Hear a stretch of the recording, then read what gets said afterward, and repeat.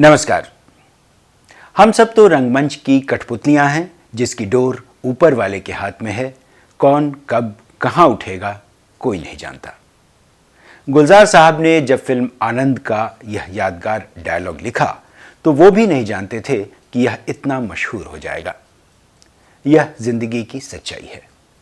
लेकिन आज हम जिन कठपुतलियों की बात करने जा रहे हैं वो इंसान की बनाई हुई हैं और जिनकी डोर इंसानों यानी कठपुतली कलाकारों के हाथों में बंधी हुई हैं। सचमुच कठपुतलियों की अपनी दुनिया है, इनकी अपनी कहानी है और इनसे जुड़े कलाकारों का अपना दर्द है। बेशक आज तकनीक बदल गई हो, सब कुछ एआई के जरिए संभव होता जा रहा हो, लेकिन कठपुतलियों की ये पारंपरिक कला आज भी अपने खास अंदाज में बरकरार है। अभिव्यक्ति में आज बात कठपुतलियों की इसी दुनिया की।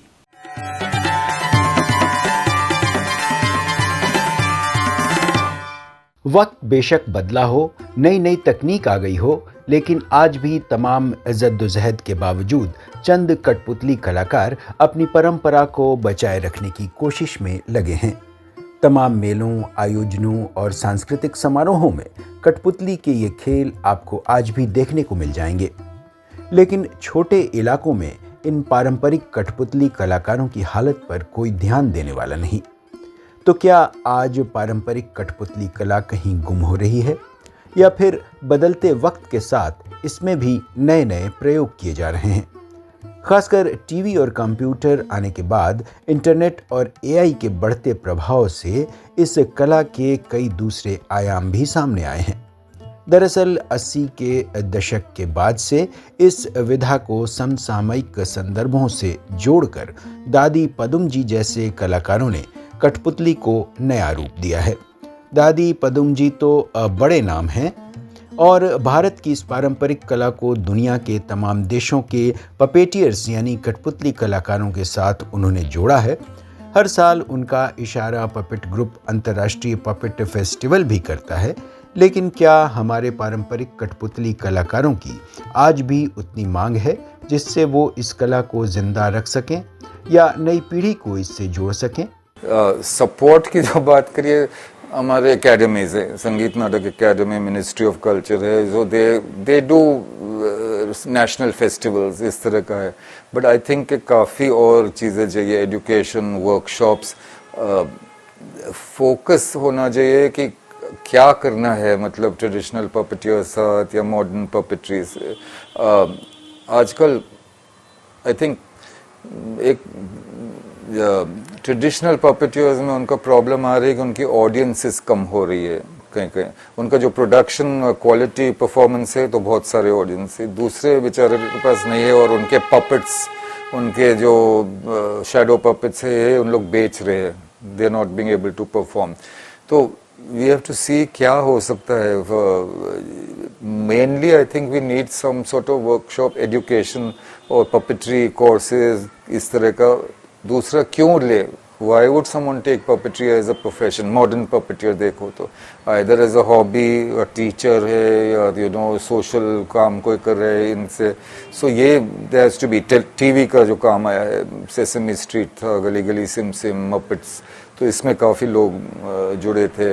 या तो पॉलिटिकल सैटायर है आपके टीवी चैनल्स पर, तो वहाँ कुछ चीज़ें तो। बट अब तक क्या हुआ है कि each person has to make his own way, आपको खुद अपने मतलब ये।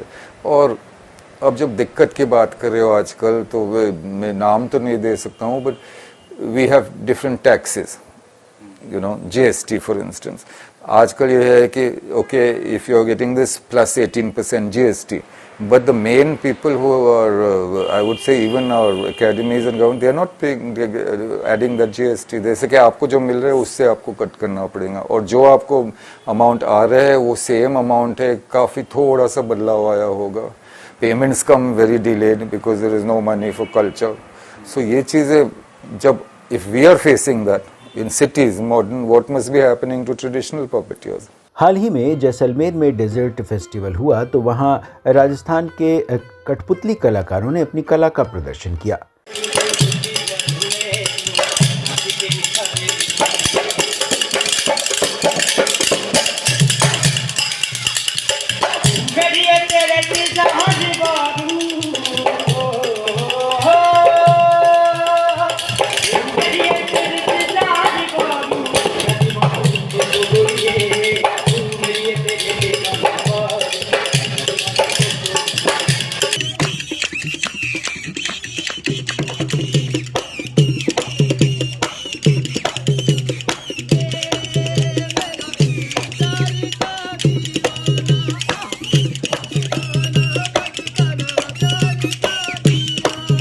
जैसलमेर में तकरीबन 40-45 कठपुतली कलाकार हैं और वो इस कला को जीवित रखने की पूरी कोशिश में लगे हैं।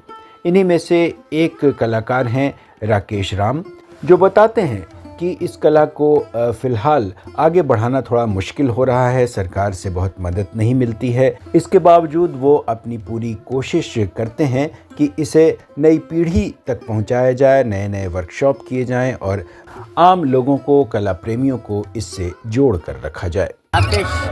तो आप कठपुतली चलाते हैं? जी, हम लोग कठपुतली चलाते हैं, इसका परफॉर्मेंस भी करते हैं और ये कला में देखा अभी आप आए हो ना? अच्छा, तो अभी जयपुर यहाँ जैसलमेर फेस्टिवल में अभी जी, जैसलमेर फेस्टिवल में तो हर साल मैं करता रहता हूँ। बाकी अलग अलग जगह भी हमें जहाँ बुलाते हैं वहाँ भी जाते हैं और पपेट शो। अच्छा, तो पपेट कहाँ बनाते हैं आप लोग? हम लोग घर पे बनाते हैं पपेट, और पपेट का मैं वर्कशॉप भी करवाता हूँ, बच्चों को सिखाता भी हूँ। इसके लिए मैंने काफ़ी जगह में गया हूँ, बच्चों को सिखाया भी है मैंने। अच्छा, तो यहाँ पपेट के कितने कलाकार हैं? यहाँ होंगे लगभग 40 से 45 साल। अच्छा, तो वो सब जगह जाते हैं सब? हाँ, अच्छा, तो इसमें कमाई कितनी हो जाती है? एक्चुअली कमाई तो इसके अंदर जाइए, जो हमारा 4 महीने टूरिस्ट का जो सीज़न रहता है इसी में रहता है। बाकी तो शोज़ तो बहुत कम, क्योंकि आजकल सिनेमा टेलीविज़न से ये चीज़ें सारी विलुप्त होती जा रही है। लेकिन हम तो प्रयास कर रहे हैं कि ये कला जीवित रहे और इसका नियंत्रित प्रयोग हो सके। सरकार की तरफ से कोई मदद? सरकार की तरफ से ये जो डेजर्ट फेस्टिवल वगैरह आते हैं इनमें मौका मिलता है, बाकी ज़्यादा कोई मौका नहीं। अब ज़रा कठपुतली कला के इतिहास में चलते हैं। कठपुतली का सीधा मतलब तो होता है काठ की पुतली, यानी काठ की गुड़िया। इस काठ की गुड़िया को कठपुतली कलाकार तार या धागे से हिला हिलाकर अलग अलग कहानियों के पात्र की तरह पेश करता है। पहले कठपुतली कलाकार गांव-गांव में घूमकर इसके ज़रिए तमाम ऐतिहासिक और पौराणिक कहानियां सुनाया करते थे। करीब 2000 साल पुरानी ये कला अब महज चंद राज्यों में जीवित बची है और शहरों में इसे पपेट शो के नाम से कभी कभार दिखाया जाता है। आमतौर पर बच्चों में यह कला काफ़ी लोकप्रिय है, लेकिन बड़े भी इसका आनंद उठाने से पीछे नहीं रहते। अगर पारंपरिक कठपुतली कला की बात करें तो भारत में 4 तरह से कठपुतलियां नचाई जाती हैं: धागा, दस्ताना, छड़ और छाया। धागे से नचाई जाने वाली कठपुतलियां यानी धागा पुतुल का इस्तेमाल राजस्थान, तमिलनाडु, आंध्र प्रदेश, असम, कर्नाटक, महाराष्ट्र, मणिपुर, उड़ीसा और पश्चिम बंगाल में होता है। उसी तरह छड़ पुतली का इस्तेमाल झारखंड, उड़ीसा और पश्चिम बंगाल में किया जाता है। दस्ताने पहनकर हाथ से कठपुतली दिखाने की कला केरल, उड़ीसा, उत्तर प्रदेश और पश्चिम बंगाल में आज भी अपनाई जाती है। वहीं छाया पुतुल यानी हाथ और उंगलियों की छाया से तरह तरह की आकृतियां बनाकर उनके हाव भाव को दिखाने की अद्भुत कला आमतौर पर आंध्र प्रदेश, कर्नाटक, महाराष्ट्र, उड़ीसा और तमिलनाडु में प्रचलित है। उसी तरह उड़ीसा में गोपालीला, असम में पुतला नाच, कर्नाटक में गोम्बयेता, महाराष्ट्र में मलसूत्री बहुली धागे से नचाई जाने वाली कठपुतलियों के रूप हैं। लेकिन तकनीक के साथ साथ कठपुतली कला में ज़बरदस्त बदलाव आए हैं।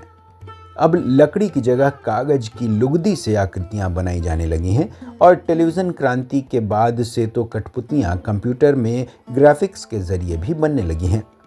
जाहिर है स्क्रीन पर दिखने वाली कठपुतलियों को आप पारंपरिक कठपुतलियों की बेहतरीन कला से नहीं जोड़ सकते।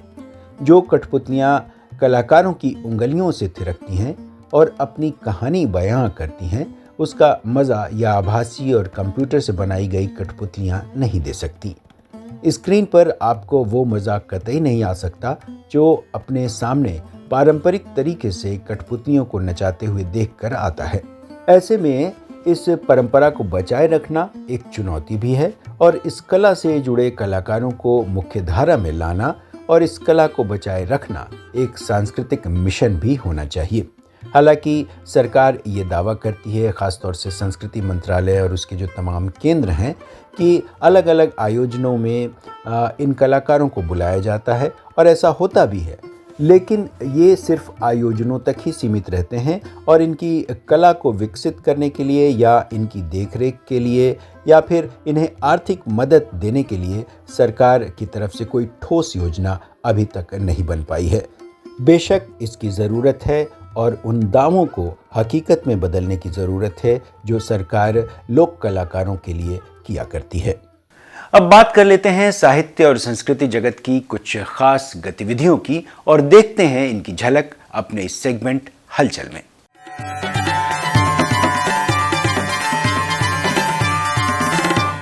दिल्ली के इंडिया इंटरनेशनल सेंटर में रजा फाउंडेशन ने 2 दिनों तक जानी मानी लेखिका कृष्णा सोबती की जन्मशती पर युवा 2025 का आयोजन किया।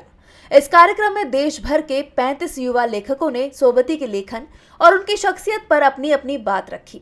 फाउंडेशन के प्रबंध न्यासी और मशहूर कवि आलोचक अशोक वाजपेयी ने इस मौके पर कृष्णा सोबती के साहित्य के प्रति समर्पण की कई मिसालें दी। कार्यक्रम में पुरुषोत्तम अग्रवाल, मृदुला गर्ग, अपूर्वानंद, प्रियदर्शन समेत कई जाने माने रचनाकारों ने हिस्सा लिया।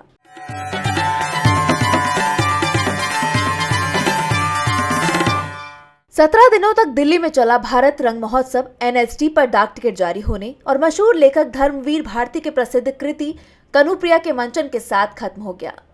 दिल्ली के उपराज्यपाल विनय कुमार सक्सेना ने समारोह में NSD पर डाक टिकट जारी किया और अपने भाषण में रंगमंच की दुनिया की अहमियत को तमाम ऐतिहासिक संदर्भों में बताया।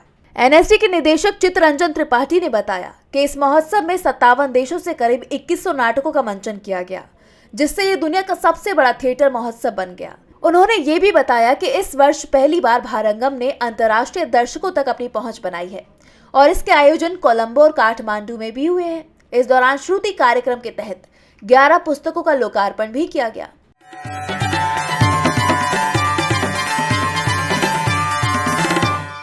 लखनऊ में जन संस्कृति मंच के सालाना कार्यक्रम अनिल सिन्हा स्मृति व्याख्यान के तहत वर्चस्व की संस्कृति और जन प्रतिरोध विषय पर भाकपा माले के सांसद सुदामा प्रसाद ने कहा कि आज के दौर में जन संस्कृति और प्रतिरोध के स्वर को मुखरता से उठाने और तेज करने की जरूरत है। कार्यक्रम में जन संस्कृति मंच के संस्थापकों में रहे वरिष्ठ पत्रकार, लेखक और संस्कृति कर्मी अनिल सिन्हा के योगदान पर भी चर्चा हुई। कार्यक्रम में जसम के संस्थापकों में रहे और अनिल सिन्हा के बेहद करीबी वरिष्ठ कवि कौशल किशोर समेत 100 से ज्यादा लेखकों, संस्कृति कर्मियों और बुद्धिजीवियों ने हिस्सा लिया।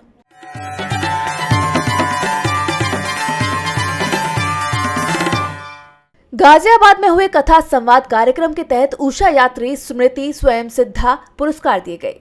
इसके तहत आलोचक डॉक्टर स्वाति चौधरी, नृत्यांगना आभा बंसल और कवयित्री डॉक्टर भावना कुंवर को सम्मानित किया गया।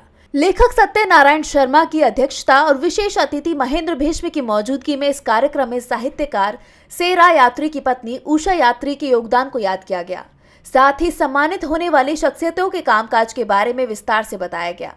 कार्यक्रम के अंत में कथा रंग टीम की ओर टेकचंद के निर्देशन में उपेंद्र नाथ अश्क का लिखा मशहूर नाटक तोलिए का मंचन किया गया। और चलते चलते अपने जमाने के मशहूर कवि सोहनलाल द्विवेदी की वह कविता जो हम सब के लिए हौसला बढ़ाने वाली है और इस मुश्किल समय में भी जोश जगाने वाली है।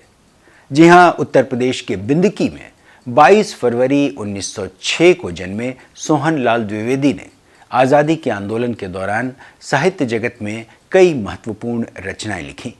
गांधी जी का दर्शन उनकी रचनाओं में मिलता है और वह हमेशा आगे की सोचने और कभी हार ना मानने की प्रेरणा देते हैं। तो सुनते हैं द्विवेदी जी की यह मशहूर रचना। लहरों से डरकर नौका पार नहीं होती, कोशिश करने वालों की हार नहीं होती। नन्ही चींटी जब दाना लेकर चलती है, चढ़ती दीवारों पर 100 बार फिसलती है। मन का विश्वास रगों में साहस भरता है, चढ़कर गिरना गिरकर चढ़ना ना अखरता है। आखिर उसकी मेहनत बेकार नहीं होती, कोशिश करने वालों की हार नहीं होती। डुबकियाँ सिंधु में गोताखोर लगाता है, जा जाकर खाली हाथ लौट कर आता है। मिलते नहीं सहज ही मोती गहरे पानी में, बढ़ता दुगना उत्साह इसी हैरानी में। मुट्ठी उसकी खाली हर बार नहीं होती, कोशिश करने वालों की हार नहीं होती। असफलता एक चुनौती है, स्वीकार करो। क्या कमी रह गई देखो और सुधार करो। जब तक न सफल हो नींद चैन को त्यागो तुम, संघर्ष का मैदान छोड़ मत भागो तुम। कुछ किए बिना ही जय जयकार नहीं होती, कोशिश करने वालों की हार नहीं होती। कोशिश करने वालों की हार नहीं होती। अभिव्यक्ति में इस बार के लिए बस इतना ही। मिलते हैं अगले हफ्ते किसी नए मुद्दे के साथ। तब तक के लिए नमस्कार।